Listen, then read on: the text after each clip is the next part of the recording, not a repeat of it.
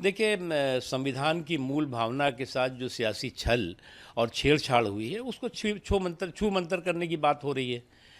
अगर कांग्रेस पार्टी ने इस दौरान जो है वो संविधान की मूल भावना के साथ जो है वो छलपूर्ण छेड़छाड़ की है, तो उसे छू मंतर करने की बात अगर हो रही तो इसमें कहाँ संविधान पर जो है वो हमला हो रहा है और संविधान की मूल भावना जो है वो आहत हो रही है।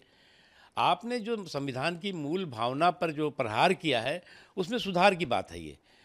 और ये जो सुझाव है, इस सुझाव पर जो है वो एक सकारात्मक राष्ट्रीय डिबेट होनी चाहिए, डिस्कशन होना चाहिए। और निश्चित तौर से जिस दिन ये राष्ट्रीय डिबेट और डिस्कशन पूरे भारत में शुरू होगा, उस दिन कांग्रेस पार्टी को अपने करतूतों पर शर्मिंदगी उठानी पड़ेगी।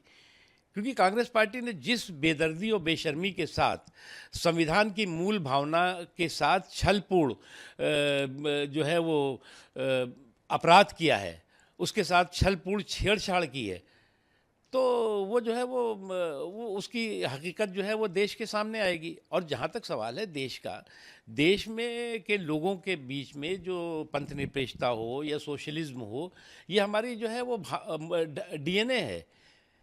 और जब देश हमारा आज़ाद हुआ तो एक तरफ पाकिस्तान था जो अपने यहाँ इस्लामी झंडा फहरा रहा था, हमारा देश जो है वो सभी सर्वधर्म समभाव की बात कर रहा था।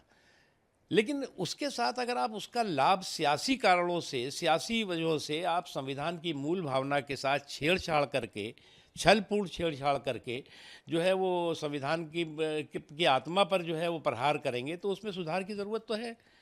और इस पे डिबेट होनी चाहिए, डिस्कशन होना चाहिए। और डिबेट और डिस्कशन होगा तो कांग्रेस पार्टी को अपनी करतूतों पर शर्मिंदगी उठानी पड़ेगी। देखिए अफसोस की बात है कि कलकत्ता जो है वो क्राइम कैपिटल बनता जा रहा है। और अगर कोई राज्य का कैपिटल क्राइम कैपिटल बन जाए और उस क्राइम कैपिटल पे जो क्राइम हो रहा है, जो क्रिमिनल्स हैं, उनके ऊपर कंट्रोल करने के बजाय उनको जो है वो करेक्ट बताने की, उनको जो है वो सुरक्षा देने की कोशिश हो रही हो, तो ये अपने आप में गंभीर बात है। देखो अभी से इनको अंदाज़ा हो गया है कि जो इस बार जो है वो बंगाल का चुनाव है, उस बंगाल के चुनावी चौपाल पे वो फिर चारों खाने चित होने वाले हैं। क्योंकि इनके जो जुगाड़ का जमघट है वो जनादेश के पनघट से पहले ही जो है वो बहराता हुआ दिखाई पड़ रहा है।